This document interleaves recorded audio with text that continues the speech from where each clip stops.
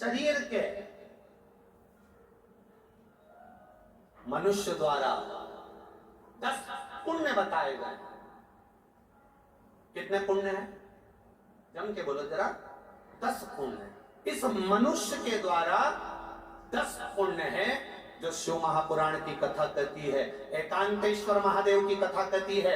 मनुष्य को अपने जीवन के 10 पुण्य का स्मरण करना चाहिए। 4 पुण्य,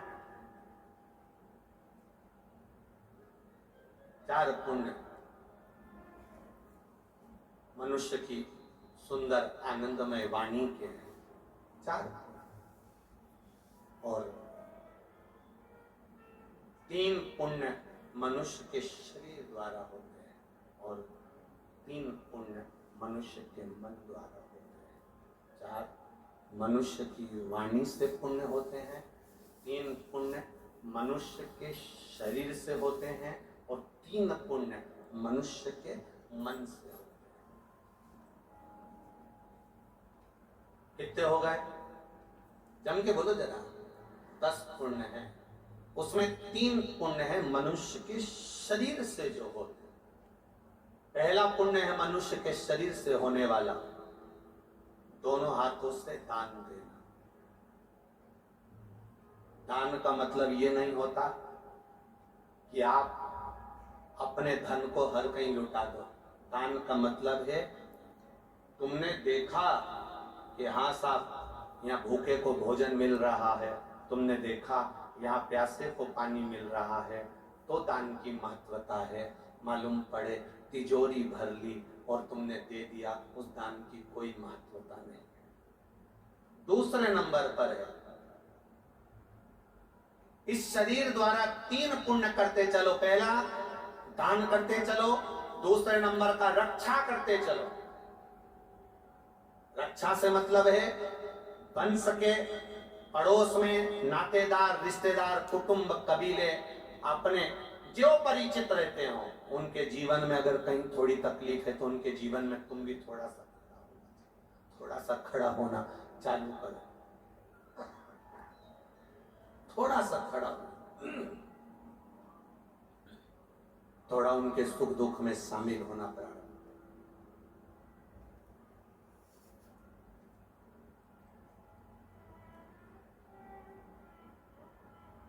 तीसरा पुण्य हमारे जीवन में हम इस शरीर के द्वारा सेवा करो। यहां पर इतने लोग कथा श्रवण करने आए हो, आपसे निवेदन है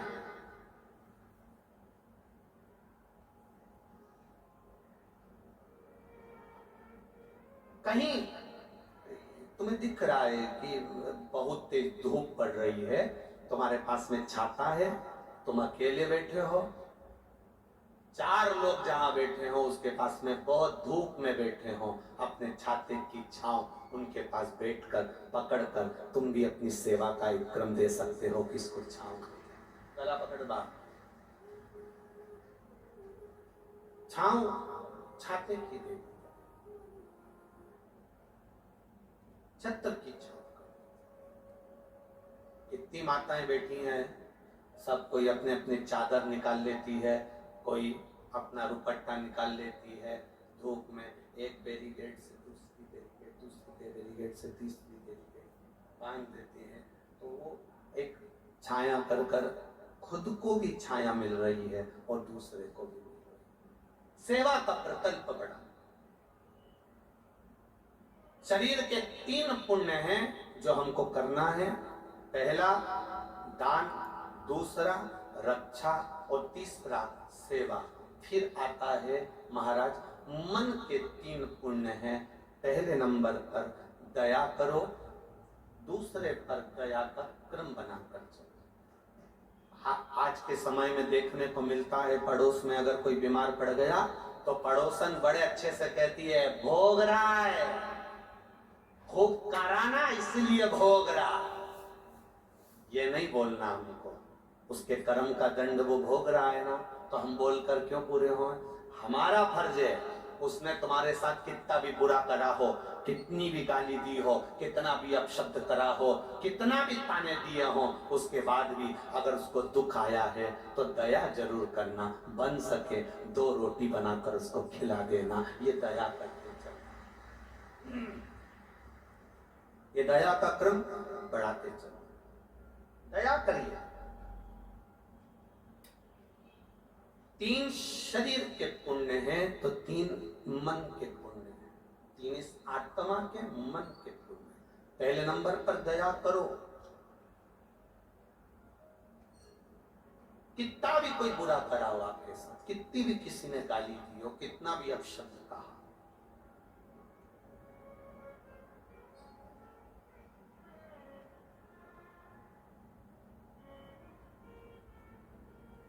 दया छोड़ना नहीं। कई लोग तो दया को भी बांट लेते हैं। तूने मुझे जगह दी थी क्या जो मैं तुझको 1 गिलास पानी दूं? दूसरा पुण्य है लोभ का त्याग करना, लोभ से करना।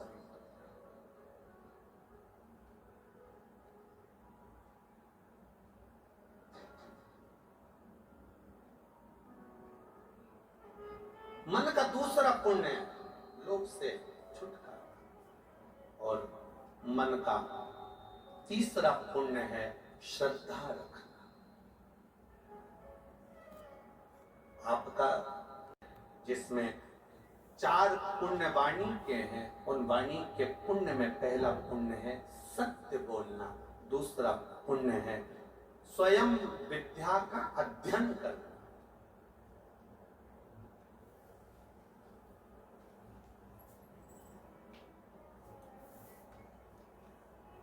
अच्छा, एक बात आपसे पूछे, बहुत सरलता में बोलिएगा रे बिलाई वालों। वाणी के 4 पुण्य हैं जिसमें से सत्य, स्वाध्याय, प्रियवाणी और हितकर वाणी। तो मुरुका जी ने